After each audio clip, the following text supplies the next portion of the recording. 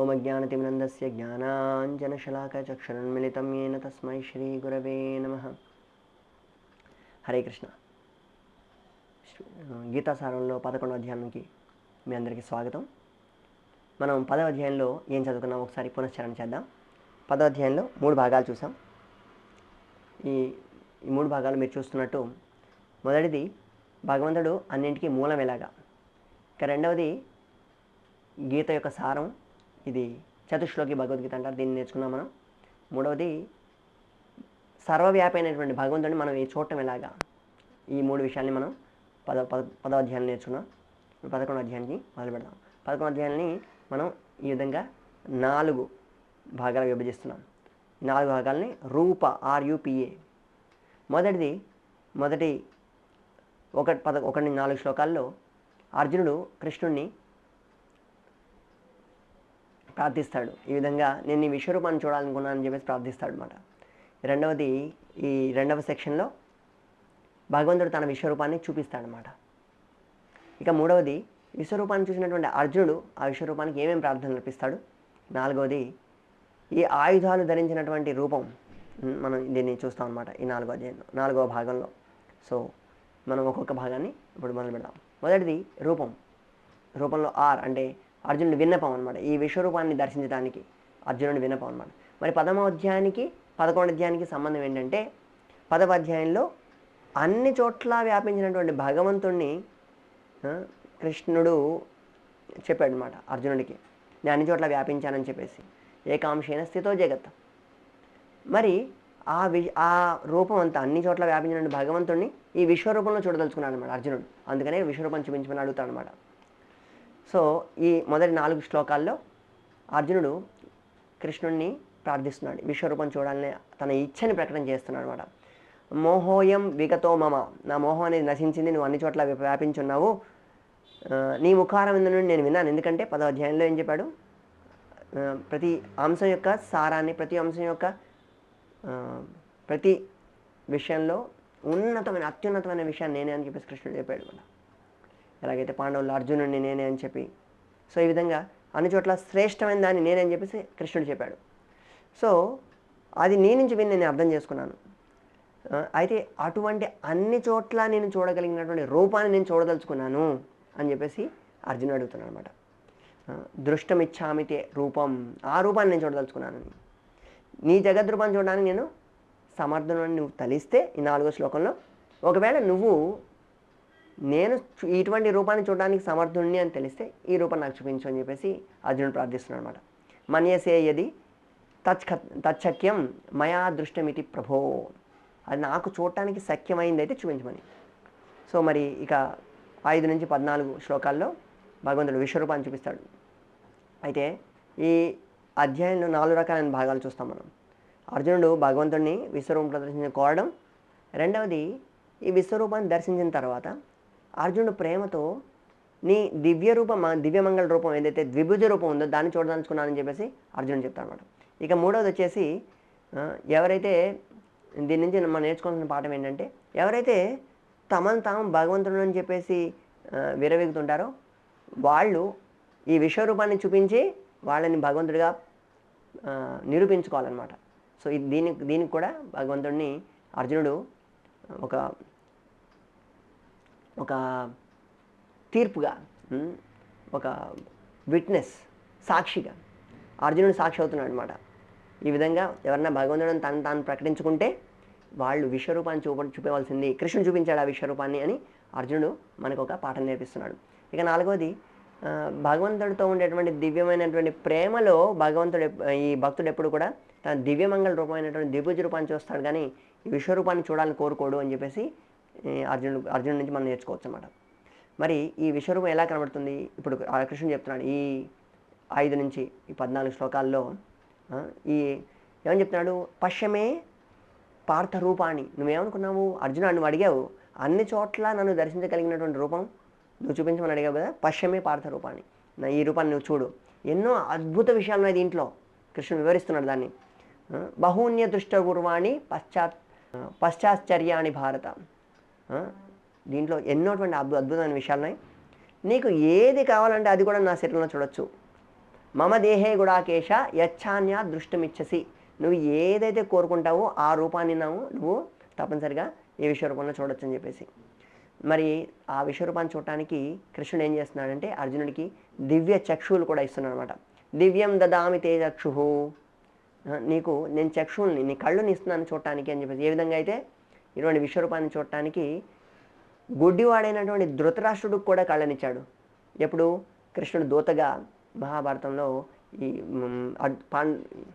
కౌరవుల దగ్గరికి దూతగా ఎప్పుడైతే వెళ్ళాడో అప్పుడు దుర్యోధనుడు బంధించదలుచుకున్నాడు కృష్ణుడిని. అప్పుడు విశ్వరూపాన్ని చూపిస్తాడు. ఈ విశ్వరూపాన్ని చూడాలని చెప్పేసి ధృతరాష్ట్రుడు కూడా కోరుకుంటాడు. గుడ్డివాడు ఎలా చూస్తాడు? ఆ గుడ్డివాడికి కూడా కృష్ణుడు కళ్ళు ఇచ్చాడు. ఇంకెవరన్నా చెప్పచ్చు ఏమనంటే, నేను విశ్వరూపాన్ని చూపిస్తాను కానీ మీకు చూడటానికి కళ్ళు లేవు, మీరు చూడలేరు అని చెప్పచ్చు. కానీ భగవంతుడు చూడటానికి కళ్ళను కూడా ఇచ్చాడు, గుడ్డివాడికి కూడా ఇచ్చాడు. ఇప్పుడు అర్జునుడికి ఇస్తున్నాడు. సో ఈ విధంగా ఎవరు మనని మోసం చేయడానికి వీలుండదు. ఎవరన్నా భగవంతుని తాము ప్రకటించుకుంటే తప్పనిసరిగా విశ్వరూపం చూపించాలి, కళ్ళను కూడా ఇవ్వాలి, మనకు చూడగలిగినటువంటి శక్తిని కూడా వాళ్ళు ప్రసాదించాలి. అప్పుడే వాళ్ళు భగవంతుడు. సో తర్వాత ఈ 10వ అధ్యాయంలో ఉన్నటువంటి విశ్వరూపంలో అంటే అన్ని చోట్ల వ్యాపించిన భగవంతుని చూడటంతో పాటు ఈ విశ్వరూపంలో ప్రత్యేకమైనటువంటి కాల రూపం కూడా ఉంది. 14 నుంచి మనం విశ్వరూపం ఏ విధంగా కనబడుతుందో అర్జునుడి మాటల్లో చూస్తాం. తర్వాత 20వ శ్లోకం నుంచి ఇదే విశ్వరూపంలో భగవంతుడు మరొక రూపాన్ని అంటే కాల రూపాన్ని కూడా చూపిస్తాడు మన అర్జునుడికి. కాలరూపం అంటే ఏ విధంగా భూతకాలం, వర్తమాన కాలం, తర్వాత భవిష్యత్ కాలాన్ని కూడా చూపిస్తాడనమాట. సో కాలరూపాన్ని కూడా చూస్తాం. మరి ఇప్పుడు ఈ విశ్వరూపాన్ని చూసినటువంటి సంజయుడి యొక్క వర్ణన చూస్తాం. ఇప్పుడు 9 నుంచి కృష్ణుడు విశ్వరూపాన్ని ప్రకటిస్తే దర్శయామాస పార్థాయ పరమం రూపం ఐశ్వర్యం, ఇది పూర్ణ ఐశ్వర్యంతో కలిగినటువంటి పరమమైనటువంటి రూపాన్ని నువ్వు చూడు అని చెప్పేసి అర్జునుడు చూస్తున్నాడని చెప్పేసి ఈ సంజయుడు చెప్తున్నాడు అనమాట. సో విశ్వరూపం యొక్క తేజస్సు ఎలా ఉంది? భాసస్తస్య మహాత్మనః, ఇది మొత్తం తేజోవంతంగా వెలిగిపోతోంది అని చెప్పేసి వివరిస్తున్నాడు. సృష్టిలో ఉన్నదంతా ఒకే చోట చూడడం అంటే తస్త్రైకస్థం జగత్ కృష్ణం, మొత్తం జగత్తులో ఉన్నదంతా కూడా ఒక చోట కనబడుతోంది. ఇంకా మరి ఇంతటి దివ్యమైనటువంటి రూపాన్ని చూసి అర్జునుడు ఏం చేశాడు? ప్రణమ్య శిరసా దేవం, అర్జునుడు శిరస్సు వంచి ఈ విశ్వరూపానికి నమస్కారం చేస్తున్నాడు. మరి ఈ తృతీయ ఘట్టంలో అర్జునుడు ఏ విధంగా విశ్వరూపాన్ని చూశాడు, దాన్ని విశ్వరూపాన్ని కీర్తిస్తున్నాడు ఇక్కడ మనం చూస్తాం. ఇప్పటివరకు సంజయుడు చెప్పాడు, ఇప్పుడు అర్జునుడు చెప్తాడు. సో 15 నుంచి 18 వరకు విశ్వరూప సాక్షాత్కారం చెప్తాడు అర్జునుడు. 19 నుంచి 25 అర్జునుడు వర్ణించినటువంటి కాలరూపాన్ని చూస్తాడు. 19 మనం 20 నుంచి చెప్పాము కదా, కాలరూపాన్ని చూస్తాం. కాలరూపాన్ని కూడా వర్ణిస్తాడు. 26 నుంచి 30 మరి యుద్ధం, ఈ భవిష్యత్తులో ఈ యొక్క యుద్ధం యొక్క ఫలితం ఏమవుతుంది అనే విషయాన్ని కూడా అర్జునుడు చూసి చెప్తున్నాడు. అర్జునుడు కృష్ణుడిని ఒక చోట ఎంతో భయభీతిని చెంది నిన్ను నేను నా మిత్రుడు అనుకున్నాను అని కూడా నువ్వెవరు అని కూడా అడుగుతాడనమాట. ఏమంటారు, అర్జునుడు ఈ సంభ్రమాశ్చర్యాలకు గురయ్యి నువ్వెవరని కూడా కృష్ణుని అడుగుతాడనమాట. సో ఇది మనం చూస్తాం ఈ సెక్షన్ అని. 15వ శ్లోకం. కృష్ణ నీ దేహంలో చూస్తున్నాను, పశ్యామి దేవాంస్తవ దేవ దేహే, నీ దేహంలో ఏమేమి చూస్తున్నాను చెప్తున్నాను అనమాట. ఒక్కో విశ్వరూప ఏం చెప్తున్నాడు 16వ శ్లోకంలో, అనేక బహూర్ధవ భక్త నేత్రం పశ్యామి తాం సర్వతోంతరూపం నాంతం న మధ్యం న పునస్తవాదిం పశ్యామి విశ్వేశ్వర విశ్వరూపం.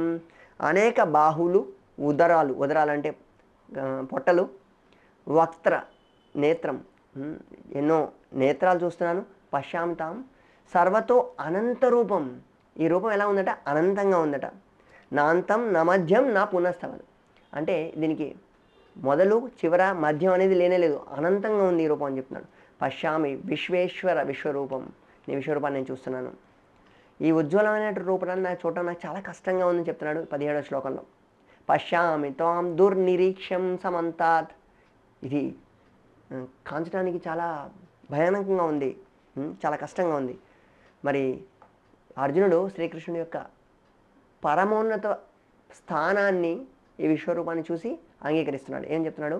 త్వమక్షరం పరమం వేదితవ్యం త్వమస్య విశ్వస్య పరం నిధానం త్వమవ్యయ శాశ్వత గర్మగోప్త సనాతనస్త్వం పురుషో మతో మే. సనాతనం చెప్తున్నాను, సనాతనస్త్వం పురుషం మతమే.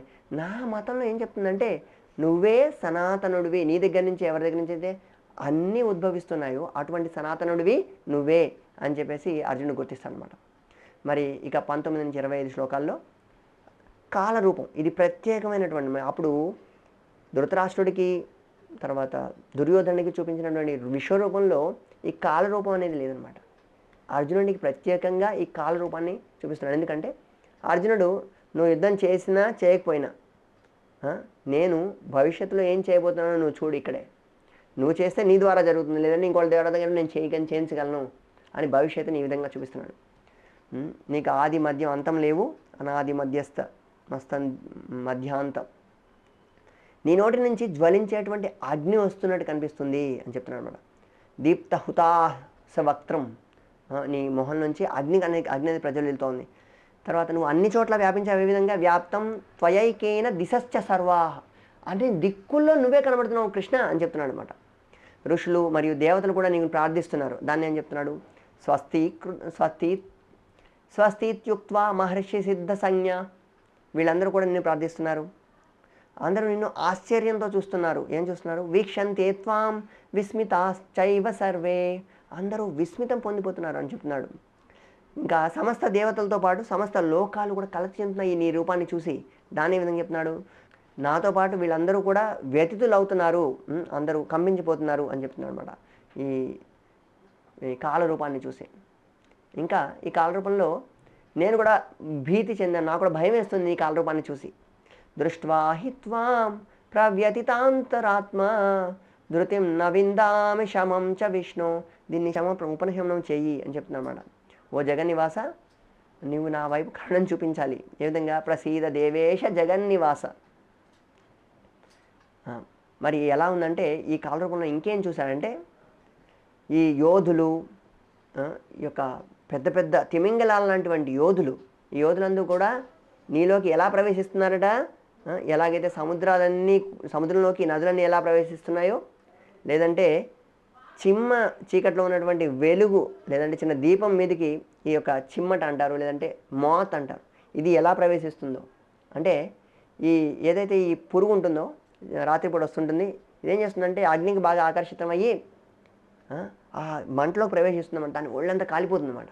ఈ విధంగా ఈ యుద్ధంలో నీ నోట్లోకి వీళ్ళు యోధులంతా ప్రవేశించి వాళ్ళ మృత్యువుని పొందుతున్నారు అని చెప్పేసి కూడా అర్జునుడు స్వయంగా కాంచాడనమాట. అన్ని దిక్కుల్లో జనులందరినీ నువ్వు మింగేస్తున్నట్టు కనబడుతూ ఉంది, నీ తేజస్సు విశ్వమంతా ఉందని 30లో చెప్తున్నాడు. పూర్య జగత్ సమగ్రం భాసస్తవోగ్ర ప్రతిపత్తి విష్ణు, నీ యొక్క తేజం ఏదైతే ఉందో ఇది మొత్తం విశ్వమంతా వ్యాపిస్తోంది అని చెప్తాడు. దీన్ని చూసి అర్జునుడు 2 ప్రశ్నలు వేస్తాడు అన్నమాట. ఈ అర్జునుడు 2 ప్రశ్నలు ఏంటంటే, ఈ అర్జునుడు ఎప్పుడైతే విచలితుడు అయిపోతాడో ఈ విశ్వరూపాన్ని కాంచి అప్పుడు ఈ విధంగా ప్రశ్నిస్తున్నాడు అనమాట. నీ భీకర రూపంలో అసలు ఎవరు నువ్వు అనేటువంటి ప్రశ్న వేస్తున్నాడు అనమాట. దాన్ని ఆ రూపాన్ని చూసి భయపడిపోయి మరి నువ్వు చేయదలుచుకున్న కార్యం ఏంటి? ఎందుకంటే తన సొంత తాతలు, మామలు, గురువులు వీళ్ళంతా కూడా కృష్ణుడి ముఖంలోకి ఈ యొక్క చిమ్మట పురుగుల్లాగా ప్రవేశిస్తానని చూసి నువ్వేం చేయదలుచుకున్నావు? ఇంత బీభత్సం ఎందుకు జరుగుతూ ఉంది? ఎలా చేస్తున్నావు ఇంత బీభత్సాన్ని అని చెప్పేసి అడుగుతున్నమాట.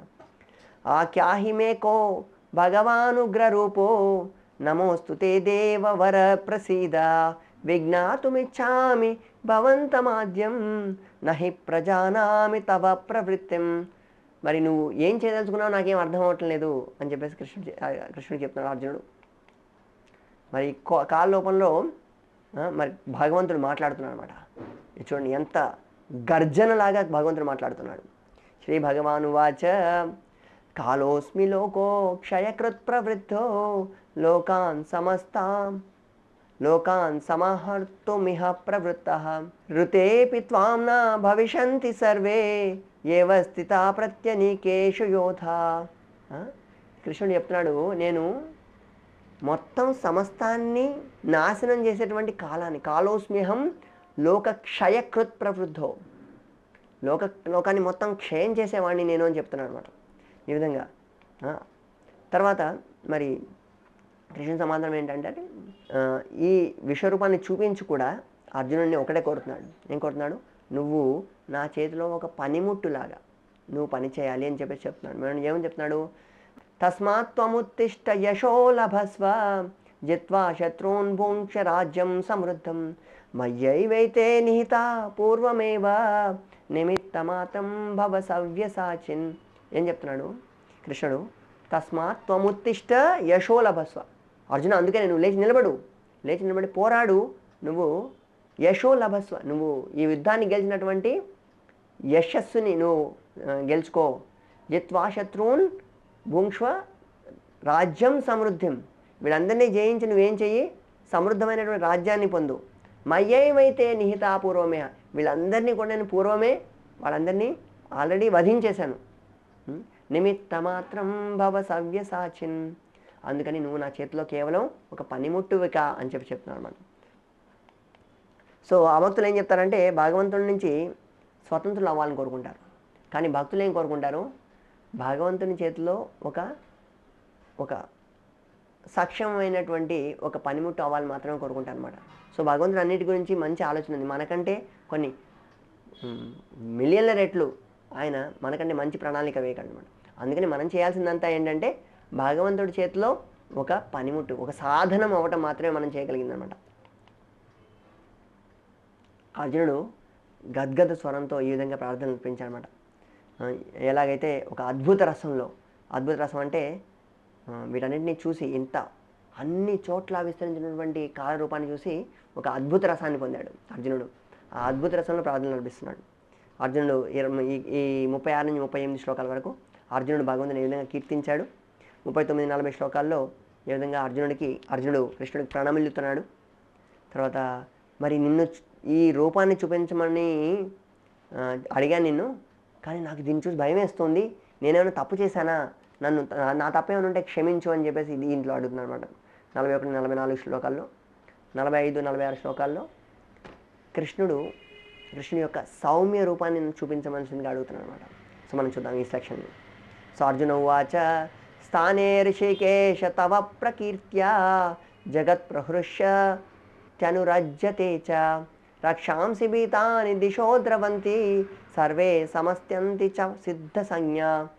కృష్ణ, నీ రూపం అనేది ఆనందకరమైంది, అలాగే భయంకరమైంది కూడా. ఇప్పుడు ఇది ఆరక్షణ మరియు భీతిని కారణం. ఇది అంటే ఇప్పుడు నాకు కేవలం రక్షణను ఇవ్వడమే కాకుండా, నాకు ఏమంటారు అభయాన్ని ఇవ్వడమే కాకుండా నాకు భయాన్ని కూడా ఇస్తుంది ఈ రూపం అని చెప్పేసి కృష్ణుడిని చెప్తున్నాడు అనమాట. ఈ విధంగా 36వ శ్లోకంలో.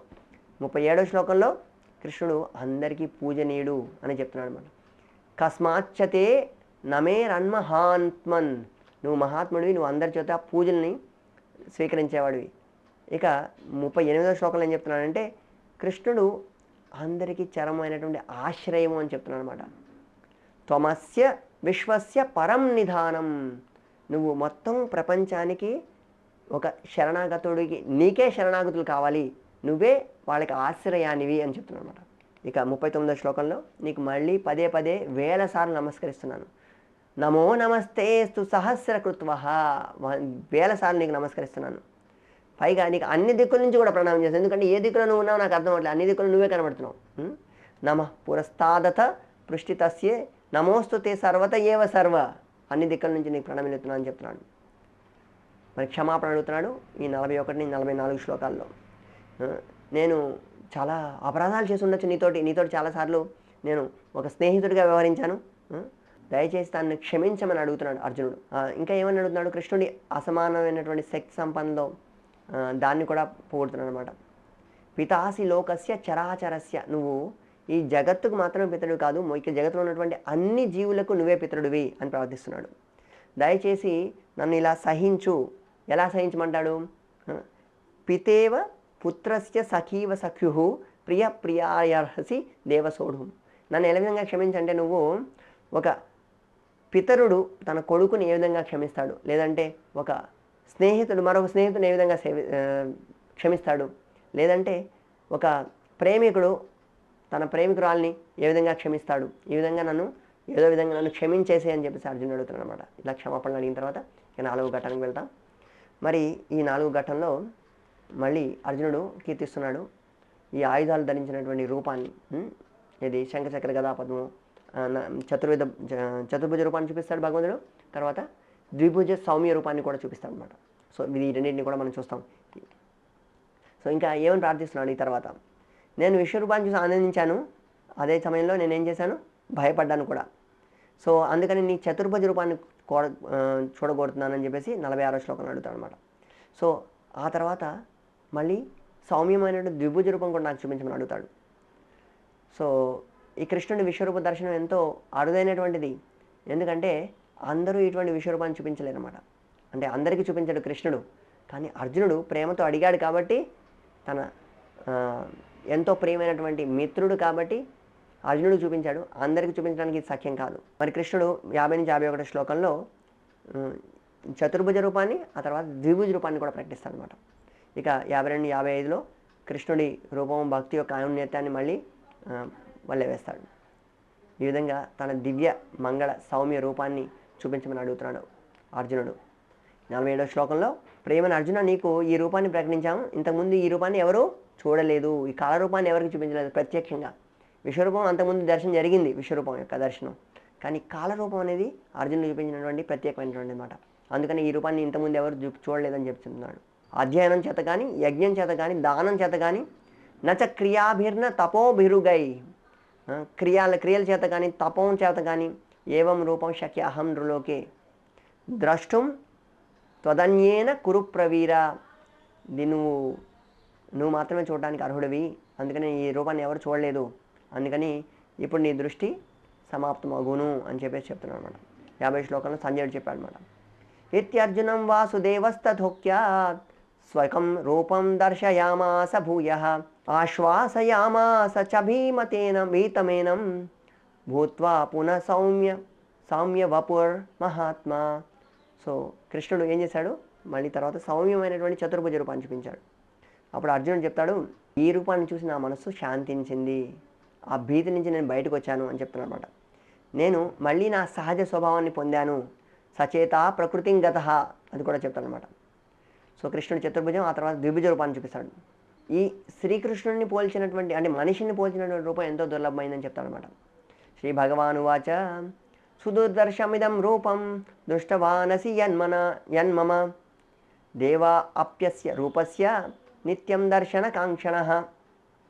ఈ దివ్యమంగళమైన ద్విభుజ రూపాన్ని ఇంకా చూడడం ఇది చాలా దుర్దర్శమైంది. సుదుర్దర్శం, విశ్వరూపాన్ని చూడడం అనేది దుర్దర్శం అయితే, మరి ఈ ద్విభుజ రూపం చూడడం అనేది సుదూరదర్శం, ఇంకా ఎక్కువ కష్టమైంది అని చెప్తున్నాను అనమాట. ఈ రూపం వేదాధ్యయనం వల్లనో తపస్సు వల్లనో ఇది దేనికి, అది ఇందాక మనం ఆల్రెడీ చూసాం ఈ శ్లోకాన్ని. అందుకనే కేవలం శ్రీకృష్ణుని పట్ల ఉన్నటువంటి అనన్యమైనటువంటి భక్తి ద్వారానే ఈ రూపాన్ని గాంచగలమని చెప్పేసి మనం అర్థం చేసుకోవాలి. ఎందుకంటే అర్జునుడికి మాత్రం ఎందుకు చూపించిందంటే అర్జునుడు తన భక్తుడు కాబట్టి. భక్త్యా త్వనన్యయా శక్య అహమేవం విదోర్జున జ్ఞాతుం ద్రష్టుం చ తత్వేన ప్రవేష్టుం చ పరంతప. సో భక్త్యా అన్యయా శక్య, నువ్వు భక్తుడివి కాబట్టి నీకు ఈ రూపాన్ని చూడటం వీలైంది అర్జున. అహమేవం విదోర్జున, ఇటువంటి రూపాన్ని నన్నుగా చూస్తున్నావు నువ్వు. జ్ఞాతం ద్రష్టుం చ తత్వేన ప్రవేష్టుం చ పరంతప, నువ్వు మరి ఎవరికి ఇటువంటి రూపాన్ని చూడటం అంత సులభంగా సాధ్యం కాదు అని కూడా చెప్తున్నాడు. ఇక 53వ శ్లోకంలో భగవద్గీత యొక్క సారాంశం చెప్తున్నాడు అనమాట. భక్తియుత సేవ చేయడం మాత్రమే ద్వారానే మనం శ్రీకృష్ణుని ఏ విధంగా పొందుతామని. మత్కర్మ కృన్ మత్పరమో మద్భక్త సంగవర్జిత నిర్వైర్వయ సర్వభూతేషు యస్స మామేతి పాండవ. సో మత్కర్మ అంటే కర్మ అనేది నా గురించి చేయమని, మత్పరమో నా ఉన్నతమైనటువంటి నన్ను పొందడానికి మాత్రమే నీ కార్యం చేయాలి. మద్భక్త, దాన్ని ఏ విధంగా చేయాలి, భక్తుడివై నువ్వు చేయాలి. సంఘవర్జిత అంటే భక్తులు కాని వాళ్ళ సంగత్వాన్ని నువ్వు త్యజించాలి. నిర్వైరహ, ఎవరితో కూడా నువ్వు వైరం పెట్టుకోకూడదు. సర్వభూతేషు యస్ సమామేతి పాండవ, ఇటువంటి వ్యక్తి తప్పనిసరిగా నన్ను చేరతాడు అని చెప్తున్నాను అన్నమాట. సో ఈ విధంగా మనం 4 భాగాలను చూసాం ఈ 11వ అధ్యాయంలో. 1-4 శ్లోకాల్లో అర్జునుడు ఏ విధంగా భగవంతుడు వ్యాపి అయిన వాడు ఉంటే మరి విశ్వరూపంలో అన్ని చోట్ల వ్యాపించినటువంటి విష్ణుని అంటే విశ్వరూపాన్ని చూడాలని ఏ విధంగా చూడాలని ప్రార్థిస్తాడు. ఇక 5-14 శ్లోకాల్లో భగవంతుడు విశ్వరూపాన్ని ప్రదర్శిస్తాడు. తర్వాత భగవంతుడు విశ్వరూపాన్ని దర్శనం చేసుకొని అర్జునుడు భీతిల్లి సంభ్రమాశ్చర్యాలకు గురయ్యి సో అర్జునుడిని ప్రార్థన చేస్తాడు. తర్వాత అర్జునుడి ప్రార్థనని విని తను చూడదలుచుకున్నటువంటి చతుర్భుజ ద్విభుజ సౌమ్య రూపాన్ని కూడా భగవంతుడు ప్రకటిస్తాడు. సో దీంతో 11వ అధ్యాయం విశ్వరూపం అనేటువంటి అధ్యాయం పూర్తయింది. హరే కృష్ణ. మళ్ళీ మనం 12వ అధ్యాయంలో మీ అందరితో కలుద్దాం. అంతే కదా, మళ్ళీ మనం 12వ అధ్యాయంలో మళ్ళీ కలుద్దాం. హరే కృష్ణ.